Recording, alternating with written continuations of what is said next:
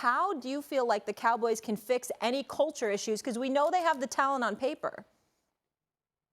Before I offer what I think they can do, Stephen A., do you remember you and I got up and I said, Stephen A., this is not going to go over very well. That's right. Yes, having played 14 years and been in that locker room, to hear him say that he's tired when every other team has played the same number of games that you've played up until that point.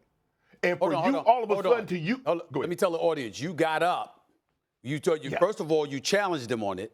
Then after that, you got up during commercial break and walked over to him and you said a few words to him. And then you came to me and you said during commercial break while we was out there freezing in Vegas, you're like, Stephen A., this ain't going to go over well. I'm telling you right now, this ain't going to go over well. No, because there are certain things you just can't say publicly. You might feel that way, but you can't say it publicly. The problem that they have is something that's beyond repair, that's beyond fixing, and that's Jerry Jones. Jerry Jones created the culture. He created it. So this is what you get right now. You get guys making excuses, and the Cowboys have had the better team a number of years in the postseason, but they lose even at home. But this is a Jerry Jones, and it's something that they can't overcome because the coaches can't coach because Jerry is the coach. And whatever Mike McCarthy says, whatever the D coordinator says, they can go upstairs to Jerry and override because he's emasculated the head coach. The coach is a coach in theory, in title only. Jerry is the coach. He's the offensive coordinator, the defensive coordinator, the position coach, because this is what he's allowed to happen. When Jimmy was there, you actually think somebody would have ever uttered, I'm tired? Absolutely not. The problem is that Jerry has allowed this to happen, go on for far too long. I'm not excusing the players because at the end of the day, you're responsible for what happens on that field. But Jerry has allowed this. He doesn't put a coach in place. He doesn't put people in place that can hold the players accountable. And what I've known, if you don't hold them accountable, more times than not, they're going to do what the Cowboys have been doing over the last 25 plus years. My answer to this question, Shannon, is they should have hired Bill Belichick. This is exactly what I was talking about. It's not just that he's a 6-time champion as a head coach, a 2-time champion as a coordinator, a person that as a head coach went to 9 Super Bowls. It's the Patriot mystique during all of those years of success.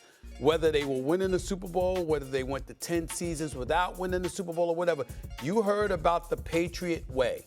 And we knew what that meant, the Belichick way.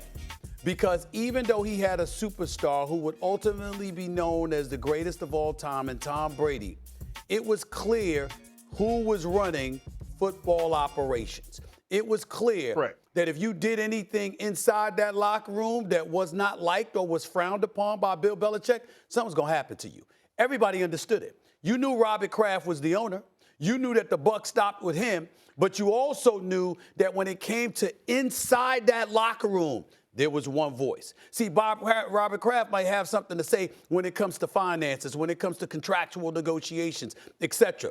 But the football portion of it, inside that locker room, how you walked, how you talked, how you act, how you chirped, what you said to the media, what you didn't say to the media, how you conducted yourself. Oh, no, that was one voice right there. That was one. Yeah, and that person was Bill Belichick. And that's why I said that was the biggest reason that Mike McCarthy should have been going in favor of Bill Belichick. It wasn't about Mike McCarthy being fired. It was about a 6-time champion with a reputation that preceded him, that touched on all the points, all the deficiencies that have plagued the Dallas Cowboys. See, if Bill Belichick was there, Jerry Jones could still be everything you say Jerry Jones is. But it don't matter. Right. Because when it come time for Sunday and all of that other stuff, the bottom line is this is what's going on. And in the end, there's no way around it. And to not have Bill Belichick, to not have that kind of voice, ultimately, Jerry's voice is going to reign supreme, and you're going to continue to have the cultural issues that you have had and the division that you have. You've got to empower your coach. But, Stephen A., it comes down to this. I knew what Mike expected. Being a leader. D-Law is a leader. I think he might be the most senior leader on that defense that's been a Cowboy. How dare you allow this to happen? How dare you speak this publicly?